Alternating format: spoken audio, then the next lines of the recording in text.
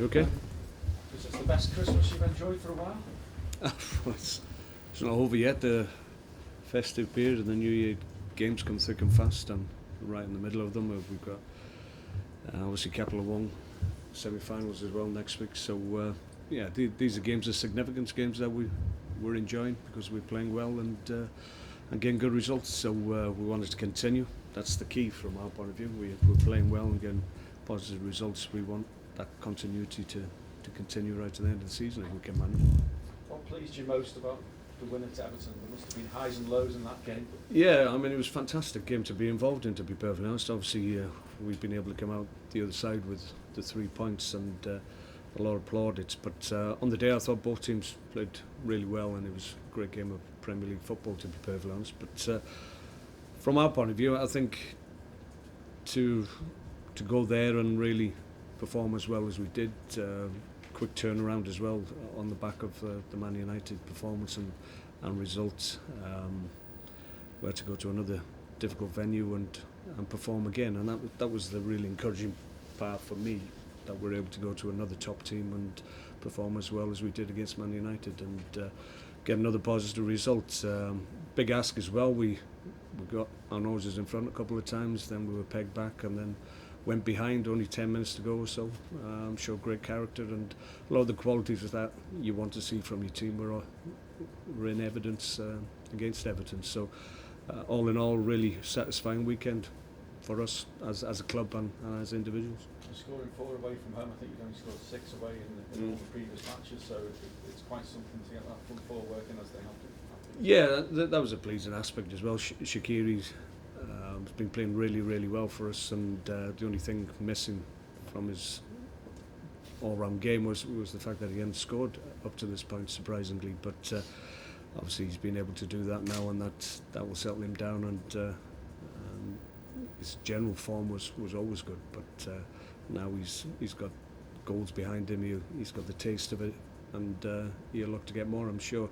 The same with Joselu. Joslu's player probably disappointed more than most. I haven't been able to give him as many games from the start that he would have liked or thought he was likely to have. So I was really pleased that he came on to good effect, showed he was fully focused on what was happening on the pitch, knew what was asked of him, and went out and tried to make an impact for us, and great finish as well. So a lot of positives on the day, not least the result of course, but for individuals within the team it was a really, really good day.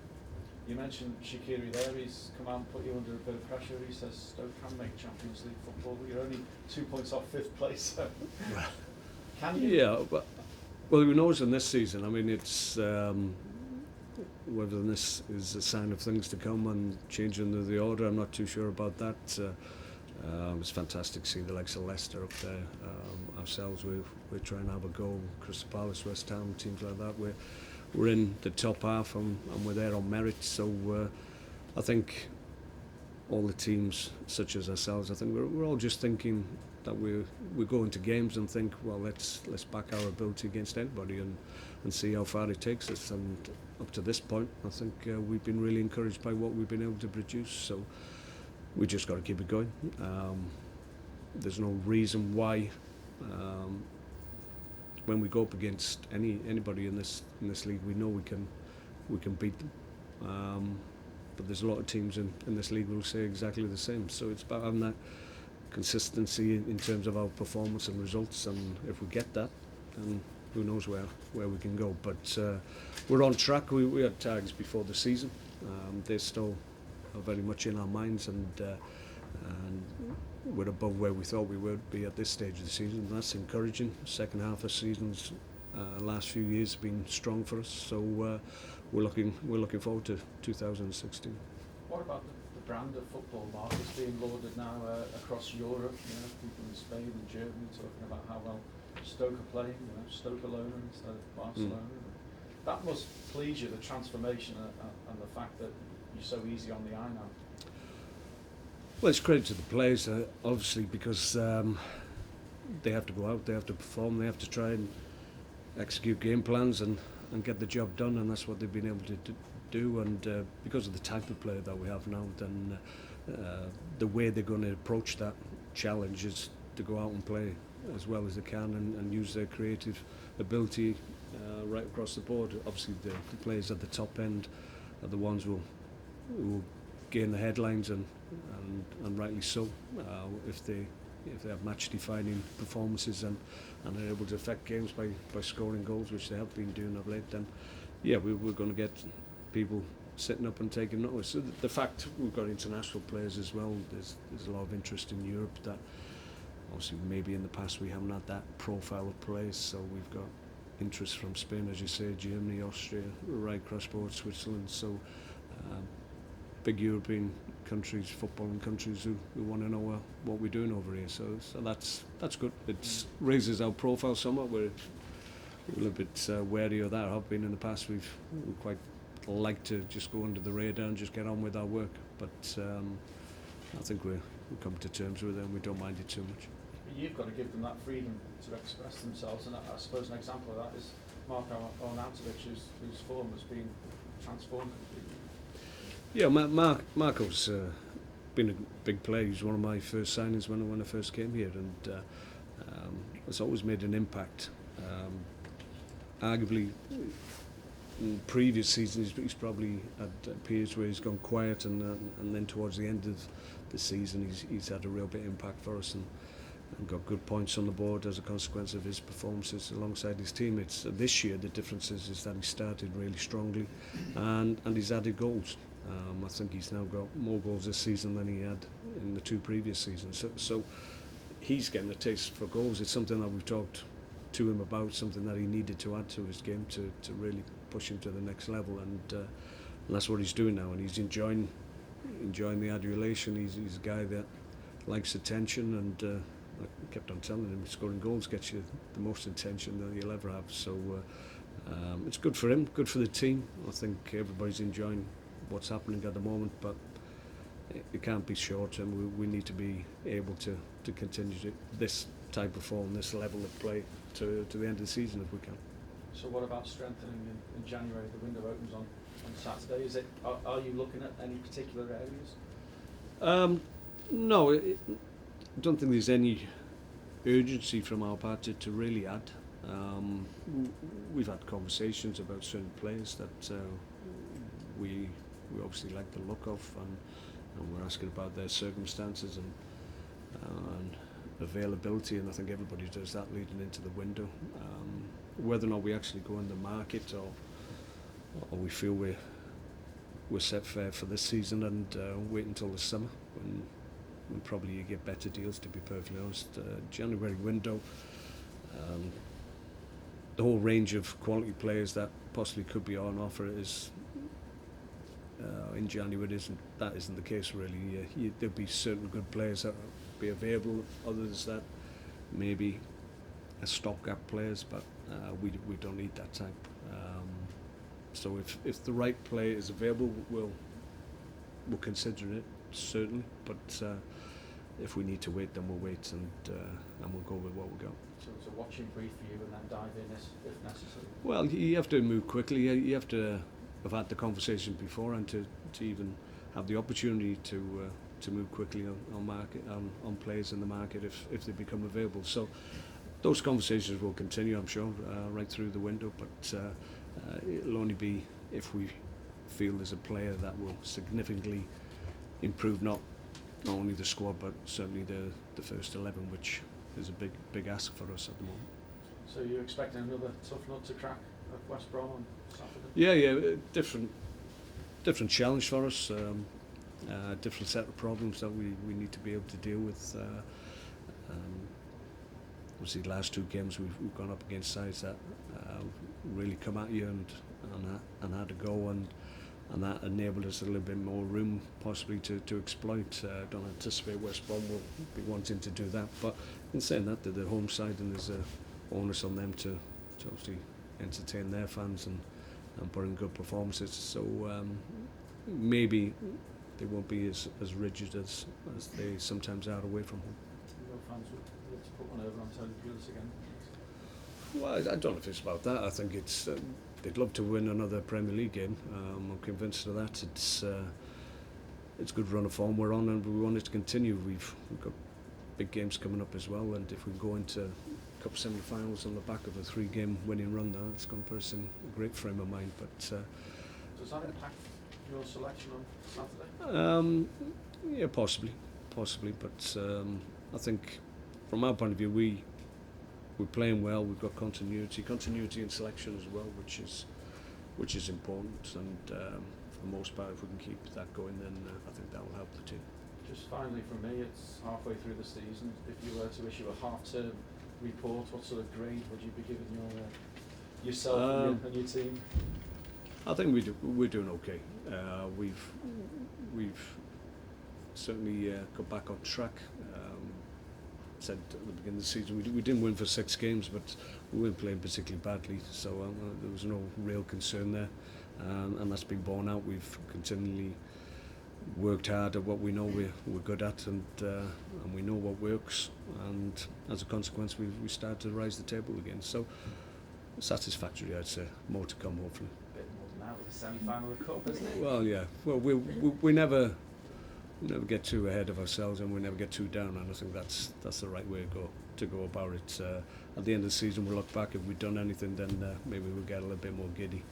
Great, Mark. Thanks very much. Okay, no Mark, so problem. when you said you're ahead of where you thought you would be at this stage of the season, where realistically were you targeting? Well, I don't give out points totals, but it's something that I've always done on every club I've been at, and it seems just to focus the mind somewhat in terms of Premier League is a long hard season. It's difficult to look at a target right at the beginning that you hope you'll get at the end, so we just chop it up in more manageable bits, really, to be perfectly honest. And we have a period of games leading into international breaks. Obviously the Christmas period is a phase that we concentrate on as well, so we have different points targets for those games. So we're probably in obviously halfway stage now in terms of phases as well, and we're ahead of the points target that we set, which is encouraging. We need a really strong second half, because the challenge this year was to better last year, and that means we have to do better in the second half of the season than we've ever done. If we can do that, then we'll achieve what we hope to achieve this year. And you've spoken about the unpredictability of the Premier League so far this season. Do you think it will be even more so in the second half then? Yeah, I think so, and probably for what we want to achieve, we'll probably have to earn more points, just because maybe it looks like at the moment Aston Villa are going to be tailed off there, so there's a lot more points that have become available in terms of the whole league, and everybody seems to be picking up points off the top teams as well, more so than they have done in the past. So maybe totals that got you into top 10 places, top 8, top 6, maybe those totals will change this year. Over a 5-year average, they'll probably be higher this year. So we'll have to factor that in. But I think if we get to March, April time, and we're very close to those targets, then we can have a real go at the back end and see where that takes us. When you said it was a fantastic game, the win over Everton, was it one of the standout games overall of the season so far, would you say? Yeah, I think so. I think just by virtue of the circumstances of the game, it was one team in the lead, then the team came back, and there was last minute goals, penalties, pretty much everything, to be perfectly honest, and not least some really good play from both teams. I thought Everton on the day were very good, and we had to play exceptionally well to overcome them, and we made the best of our opportunities, and we got a penalty at the end, which there was some debate about, but over the years I don't recall Stoke having too many last minute penalties going in our favour, so maybe we were due one. And I was just finally, I've been asked if we put this question to you, who's been, as we're reflecting I suppose, who's been your player of the season so far? Difficult to say, really. I don't want to just pluck one out. I think we had a great start from Jack Buckland as number 1 here, so we're pleased with how he's progressed. I think we're all encouraged by Ryan, who obviously missed the beginning of the season. He's come back really strongly, and that's credit to him as well.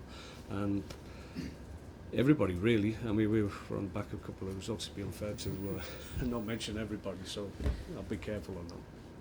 Mark, there's been a lot of focus recently on the sort of attacking success, but you mentioned Jack and Ryan. I was going to say, it's sort of important that there's also sort of plaudits for the defensive base as well. There's been lots of clean sheets. That's been really key to the success. So. Yeah, well, you look at the whole back five really. Since Ryan's come back in, obviously we've had continuity in terms of selection. Philip Walshire's been magnificent alongside him, really started to grow as a player in the Premier League. Glenn Johnson is showing everybody what a good player he is at this level. And I think that's a consequence of playing week in, week out. I think the last couple of seasons at his previous club he was thrown in for games, then went out of the team, got injured as a consequence of not having that rhythm of playing week in, week out. So now he's getting back to the levels that he had in his early career, I think. And you could argue Eric Peters on the other side has had his best ever season. So all these things have to come together to allow you as a group to really progress, and it means the team grows as a consequence of individuals playing to the best of their ability, and we've got a high number and a high percentage of the team playing to their best of their ability at the moment. I know a lot of those defensive players and players that you brought in, but when you think about the importance of that defensive base, do you think back to what you inherited here, the foundations that were already in place, because that was part of the Stoke that was here before you, and do you ever think back to that? Oh yeah, it was certainly initially, yeah, it was a big factor, and I was very grateful for that because not only was it strong on the pitch, but it was strong within the dressing room as well. So I've undoubtedly benefited from that. But you look at the makeup of the side now. There's not too many of the guys still in the team who are regulars in comparison to when I first walked through the door. A lot of players have come and gone, but like Ryan Shaw, Cross, Glenn Whelan, obviously have made a big impact since I've come here. I like to think they feel that they've improved as well as a consequence of what we've done and the way we've worked with them. So yeah, we were in a good place. It was always going to take time. 2.5 years here now. There's always a turnover of players, and there's obviously more of the players that I've brought to the club than was when I first came through the door, which was always going to happen if I hung around a bit. So yeah, we were in a good place, and all the elements that we needed to be successful and to give us the time to be successful were in place initially, but now we've moved on. I just want to ask you about sort of team news update, where we're at with injuries, anyone that might be able to come back in? No, we've had a couple of days off. We're still waiting on a couple, but like Mark Hughes is fit, but he probably needs a little bit more game time. Stevie Ireland should be okay this week.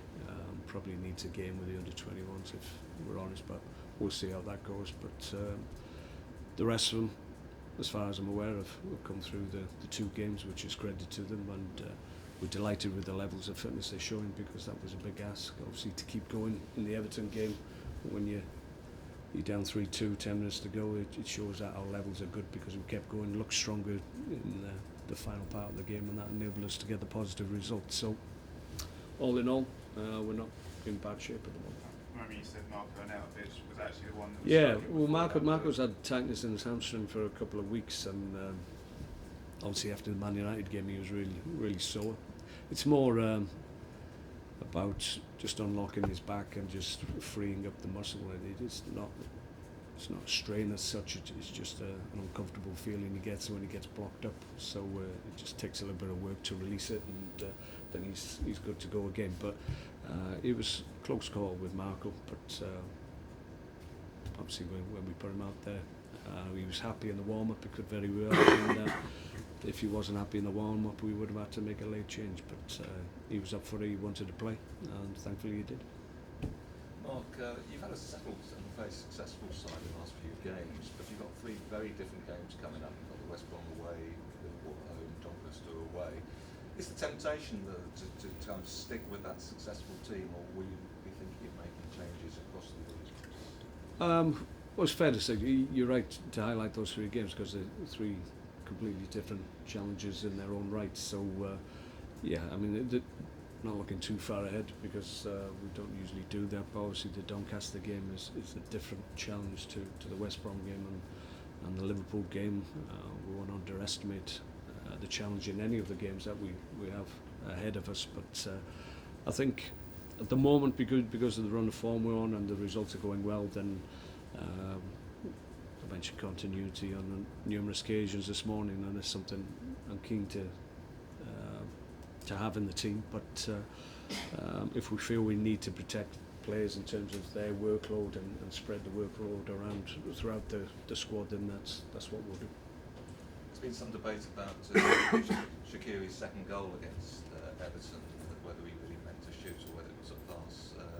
The sort of goal that you might have scored in the past. What's your view on it?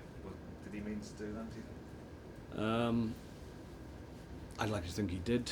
Unfortunately, I heard Charlie Adam on the radio this morning saying that Shaq told him he didn't mean it, but I don't know. But there you go. But go on. I would have kept quiet myself and said I meant it. Does that mean, given that we haven't scored many goals from crosses and set pieces, you'll tell Charlie now to shut up and Shaqiri could cross it? Yeah, maybe. Yeah, it was on the day. It was great for Shaq. It was important for him, and irrespective of whether or not he meant it or not, it was still a fantastic goal. And I think sometimes you doubt players if they mean something, if they create something out of nothing, if they're not at a certain level as a player, you doubt them. You shouldn't really doubt Shaq, because you should expect him, because of his ability to be able to do something like that, even if on this occasion maybe he didn't quite mean it. You'd have put your foot through it, wouldn't you? I wouldn't have gone on there into the initial ball. It was too quick for me. All right, see you later. Thanks, Mark.